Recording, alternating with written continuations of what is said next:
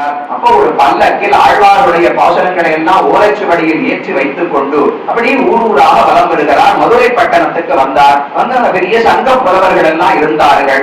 அவர்களுக்கு நடுவில் ஆழ்வாருடைய பாசுரத்தின் பெருமையை நிரூபிக்க வேண்டும் என்று அவருக்கு எண்ணம். என்ன பண்ணலாம்? சங்க பலகைன்னு ஒரு பலகை இருந்தலாம். எல்லாரும் அவரவர்கள் எழுதின கவிதைகள் எல்லாம் கொண்டு வந்து அந்த பலகைகளை வைக்கலாம். எது உயர்ந்த கவிதையோ அதை மட்டும் தூக்கி கொடுக்கும். மற்ற தேவையில்லாத அசாரமான கவிதைகளை எல்லாம் பக்கத்துல இருந்த குளத்துக்குள்ள தள்ளி விடணும். தண்ணா என்ன ஆகும்? அந்த ஓலைச்சுவடிகள் எல்லாம் கெட்டு போயிடுமோ இல்லையோ. இப்படி ஒரு சங்க பலகை என்று ஒன்று இருந்தது. எல்லா புலவர்களும் அவரவர்கள் எழுதின பாசுரங்களை எல்லாம் கொண்டு வந்து அதில் வைத்தார்கள். மதுரகவியாழ்வார் பார்த்தார், நம்மாழ்வாருடைய எந்த பாசுரத்தை கொடுக்கலாம்? ஒரு 87, 100, 7, 1102 கிட்டத்தட்ட 1400 பாசுரங்கள் ஆழ்வார் பாடியிருக்கார். எந்த பாசுரம்? பெரிய பாசுரங்கள் எல்லாம் ஆழ்வார் உண்டு. தமிழ்ல பல சீரு உண்டு, சின்ன சின்னதா இருக்கும். ஆசிரிய விருத்தம், கைத்துறை அப்படின்னு பல சீர்கள் உண்டு. ஆழ்வார் பெரிய பாசுரங்களையும் பாடியிருக்கிறார். வேய்மத தோழினை மெரியுமாலோ வெறுமையின் தன்மையும் யாரும் நோக்கா. இது முழுக்க ஒரே வரி. படியன் சொன்னது ஒரே வரி. கடல் ஞானம் செய்தேனும் யானே என்னும், கடல் ஞானம் ஆவேனும் யானே என்னும். இது ஒரு வரி. இப்படி பெரிய பெரிய பாசுரங்கள் எல்லாம் இருக்கின்றன. அதுக்கு தானே அர்த்தம் அதிகமாக இருக்கும், பெருமை அதிகமாக இருக்கும். அந்த பாசுரத்தை வைக்கலாமான்னு பார்த்தார். அவ்வளவெல்லாம் தேவை கிடையாது. சின்ன பாசுரம், நம்மாழ்வார் பாடின பாசுரங்களுக்குள்ளே மிக சிறிய பாசுரங்கள். கண்ணன் கடலினை நண்ணும் மனமுடையீர் எண்ணும் திருநாமம் திண்ணம் நாரணமே என்று கடைசியில 10ஆம் பத்துல ஆழ்வார் பாடுகிறார். கடம்பர அவசரம். ஏன் ஆழ்வார் சின்ன சின்ன பாட்டா பாடுறார்? பெரிய பாசுரம் பாடி இருக்கலாமே என்றால் ஆழ்வார் புறப்படுவதற்கான காலம் வந்துவிட்டது. ஆழ்வார் ஒரு நாளா பிரார்த்திக்கிறார். ஆழ்வார் சரித்திரம் எல்லாருக்கும் தெரிஞ்சிருக்கும் நினைக்கிறேன். அவர் ஆழ்வார் நிலையிலே அவதரித்தார். அவதரித்த உடனே மாறன் என்று ஒரு திருநாமம். சாதாரண உலகத்து குழந்தையை போல அழுது பசிக்கு பால் குடித்து இது எதையுமே செய்யவில்லை.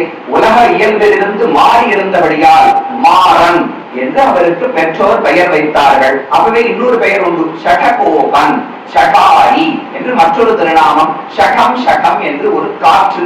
ஒரு குழந்தை கர்ப்பத்திலிருந்து வந்து பிறக்கிறதோ இல்லையோ, கர்ப்பத்தில் இருக்கும் போது நமக்கெல்லாம் நிறைய ஞானம் உண்டு. நாம நினைக்கிறோம் குழந்தைக்கு தான் ஒண்ணுமே தெரியல, ஞானத்தை வளர வளரத்தான் ஞானம் கிடைக்கிறது என்று. அது உண்மை கிடையாது. கர்ப்பத்துக்குள்ளே இருக்கும் பொழுது குழந்தைக்கு நிறைய ஞானம் உண்டு. அதை கபிலாச்சாரியர் தேவபூதி என்கிற தன்னுடைய தாய்க்கு உபதேசம் பண்றார். பாகவத புராணத்தில் சுகர் விரிவாக தெரிவிக்கிறார். உள்ள கருவுக்குள்ள குழந்தை இருக்கே, அங்கிருந்து பகவானை நோக்கி கையை போட்டு பிரார்த்திக்குவான். இந்த உலகத்துல போனா என்னுடைய ஞானம் எல்லாம் போயிடும், திரும்ப 100 வருஷம் சம்சாரத்துல வாழ்ந்து நான் கஷ்டப்படணும், வேண்டாமே, இப்படியே என்ன வைகுந்தத்தை கூட்டிட்டு போயிடும். உன்னதான் எனக்கு தெரிஞ்சிருக்கேன். பரமாத்மாவை தெரிந்திருந்து இந்த குழந்தை அப்படியே பிரார்த்திக்குமா, இப்பவே என்ன வைகுந்தத்தை கழிச்சிருக்கோ, இந்த உலகத்தில் பிறக்க விடாதே என்று குழந்தை பிரார்த்திக்குமா. ஆனா வரிப்படி பாவமுண்யங்களுக்கு ஏற்ப அவன் வந்து பிறக்கத்தான் செய்கிறான். அப்புறம் மெதுவா ஞானத்தை திரும்ப சம்பாதிக்கிறோம். அந்த அறிவின்மைக்கு காரணம் என்ன? உள்ளுக்குள்ள இருக்கும் போது அறிவு இருந்தது. பிறந்த குழந்தைக்கு ஏன் அறிவு வெளிப்படவில்லை என்றால் ஷடம் அப்படின்னு ஒரு காற்று இருக்கிறதா. அந்த காற்று வந்து குழந்தை பிறந்த உடனே மூடிக்கொண்டு விடுமா. அதனால இவனுடைய அறிவு வெளிப்படாமல் மழுங்கி போகிறது. அப்புறம் திரும்ப படித்து படித்து அனைத்தையும் தெரிந்து கொள்ள வேண்டி இருக்கிறது. ஆழ்வார் பிறந்தார். கருவிலிருந்து வந்து பிறந்த உடனே ஷடம் என்கிற வாயு மூடிக்கொள்வதற்கு வந்தது. கோபத்தோடு பார்த்தார், என்ன மூடுவதற்கு நீ யாரு? எனக்கு பரமாத்மா அருளின ஞானத்தை நீ தடுக்க முடியாது என்று கோபத்தோடு அந்த வாயுவை பார்த்து ஓட்டி விட்டாராம். அதனால ஷடகோபன், ஷடம் என்கிற வாயுவை கோபித்துக் கொண்டவர். ஷடாரி, ஷடம் என்கிற வாயுவுக்கு விரோதி. அரினா பகைவன் என்று பொருள். ஷடத்துக்கு விரோதி. நம்ம கோவில்களுக்கு போறோமே, ஷடாரி சாதிக்கணும், பெருமானுடைய திருவடி நிலைகளை ஷடாரின்னு சொல்றோம் இல்லையா, அதுதான் நம்மாழ்வார். நம்மாழ்வார் என்பவர் பகவானுடைய திருவடிகள் தான். அவருக்கு ஷடாரின்னு பெயர். தலையில திருவடிகளை தாங்குறோமே, அதற்கும் ஷடாரி ஷடகோபம் என்றுதான் பெயர். அப்ப நம்மாழ்வாரே பகவானுடைய திருவடிகள் தான். வானமாமலை என்று ஒரு திவ்யதேசம் இருக்கிறதோ திருநெல்வேலியிலிருந்து இன்னும் தெற்க நோக்கி போனோம்னா வானமாமலை, நான்குநேரி திவ்யதேசம் இருக்கு. அந்த திவ்யதேசத்தில் பெருமாளுக்கெல்லாம் சந்நிதி இருக்கு. ஆழ்வாருக்கு சந்நிதி இருக்கணும் இல்லையோ. ஆழ்வார் விக்கிரமே கிடையாது ஊர்ல. எங்க ஆழ்வார் தெரிவிக்கிறது? நான் பகவானுடைய சட்டாரி இருக்கேன். அந்த சட்டாரியிலேயே ஆழ்வார் சின்ன விக்கிரக வடிவத்தில் எழுந்தருளி இருப்பான். அதை தவிர தனியா ஆழ்வாரே கிடையாது. அவன் பகவானுடைய திருவடிகளே தான் ஆழ்வார் என்பதை அங்கு பார்த்து தெரிந்து கொள்ளலாம். அப்படி சட்டாரி என்று ஒரு திருநாமம். மாறன் என்பது இயற்பெயர். கூட பராங்குசர் என்று மற்றொரு திருநாமம் ஒன்று. பராங்குசன் என்றால் பரர்கள், மற்ற மதத்தவர்கள், வேதத்துக்கு புறம்பாக அர்த்தங்களை மதங்களை சொல்லக்கூடியவர்கள் அவர்தான் பரர்கள். பரர்கள்னா மற்றவர்கள் என்று சம்ஸ்கிருதத்திலே பொருள். மற்றவர்களுக்கு அங்குஷம், அங்குஷம்னா ஒரு பெரிய யானையை அடக்க வேண்டும் என்றால் பலத்தை எல்லாம் வைத்து அடக்க முடியாது, நம்ம யாருக்கும் அடங்காது. ஆனா அந்த பாகன் ஒரு சின்ன கட்டை, அந்த அங்குஷத்தை கீழே போட்டாலும் அதை தாண்டாம நிற்கிறதல்லவா யானை. அதை போல பலர்கள் யாரெல்லாம் வேதத்துக்கு தவறாக பொருள் சொல்லுகிறார்களோ, மற்ற மற்ற மதங்களை சேர்ந்தவர்களோ, அவர்கள் முன்னே வர முடியாதபடிக்கு அங்குஷம் போல ஆழ்வாருடைய பாசுரங்கள் இருக்கின்றனவா. அப்ப பராங்குஷர் என்றால் மற்ற பட்சத்தவர்கள் வேதத்துக்கு முரண்பட்டவர்களை தடுத்து நிறுத்தக்கூடியவர் என்று பொருள் உண்டு. அதனால பராங்குஷர் என்று மற்றொரு திருநாமம். இன்னொரு பொருளும் பார்க்கலாம். பராங்குஷன் என்றால் பரன் என்று பகவானுக்கே ஒரு பெயர் உண்டு. பரன், பரபரன் என்று ஆழ்வாரே பல இடத்துல தெரிவிக்கிறார். பரன்னா உயர்ந்தவர். முதல்ல பரன் என்றால் மற்றவர்கள் என்று பொருள் பார்த்தோமோ இல்லையோ, பரன் என்றால் உயர்ந்தவர். பரமாத்மான்னு சொல்றோமோ இல்லையோ, பரம ஆத்மா, உயர்ந்த ஆத்மா. நாம எல்லாம் தாழ்ந்த ஆத்மாக்கள், பகவான் உயர்ந்த ஆத்மா. பரபிரம்மம் சொல்றோமா, பரபிரம்மம்னா உயர்ந்த பிரம்மம். வேற பிரம்மம் எல்லாம் இருக்காள்னா இந்த ஜீவாத்மாவுக்கும் பிரம்மம்னு சில சமயங்கள்ல பெயர் உண்டு. இந்த அச்சேதன பொருள் உலகம் இருக்கிறதே, அதற்கும் பிரம்மம் என்று சில சமயங்களில் பெயர் உண்டு. அப்ப உயர்ந்த பிரம்மம் எது? பரமாத்மா ஸ்ரீமன் நாராயணன். அப்ப பரன் என்கிற சொல்லே உயர்வை குறிக்கும். அப்ப பர அங்குஷன் சொன்னால் பகவானுக்கே அங்குஷமாக இருக்கக்கூடியவர் என்று பொருள். பகவானால கூட ஆழ்வாருடைய வார்த்தையை மீறி நடக்கவே முடியாது.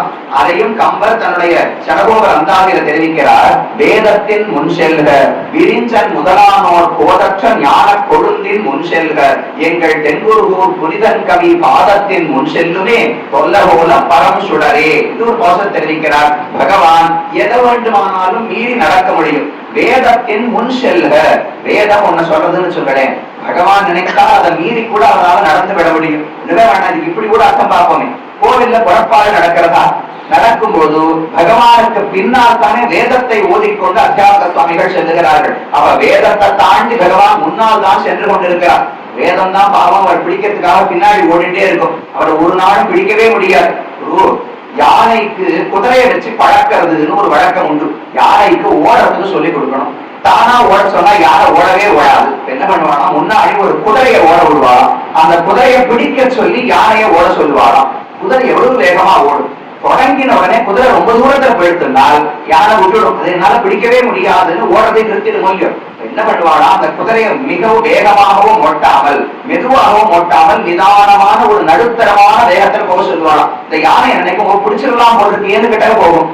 குதிரை கொஞ்சம் முன்னாடி போயிடும், திரும்ப யானை போகும், குதிரை முன்னாடி போயிடும். இப்படியே அதை பழக்கி பழக்கி ஓட வைப்பார்களாம். யானைக்கு குதிரை வைப்பது என்று பொருள். அதை போல இப்போ ஆழ்வாருக்கு பாடம் போகிறது. வேதம் பின்னாடி போறது, பகவான் முன்னால் செல்லுகிறார். வேதம் பின்னாடி போய் பெருமானை எப்படியாவது பிடிக்கணும்னு பார்க்கிறது. பிடிப்பதுன்னா என்ன, அந்த பெருமானுடைய பெருமைகளை முழுமையாக சொல்ல வேண்டும். இது வேதத்துக்கு இருக்கிற ஆசை.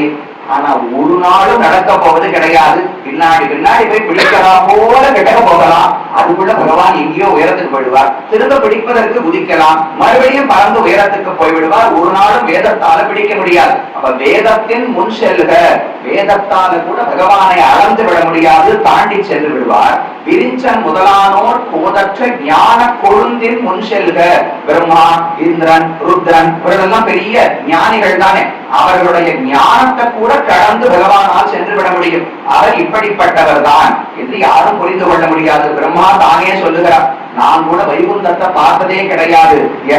தேவாக ந முனையாக நச்சாவம் நச்ச சங்கரா ஜானந்தி பரமேசஸ்ய தத்விஷ்ணோ பரமம் பதம் என்று பிரம்மா சொல்லக்கூடிய வாக்கியம். அதெல்லாம் வைகுந்தம் வைகுந்தம்னு கேள்விப்பட்டிருக்கோமே தவிர நாங்க கூட அதை பார்த்ததே கிடையாது. எந்த முனிவர்களும் பார்த்ததில்லை, தேவர்களும் பார்த்ததில்லை, நான்முகனான நானும் பார்த்தது கிடையாது.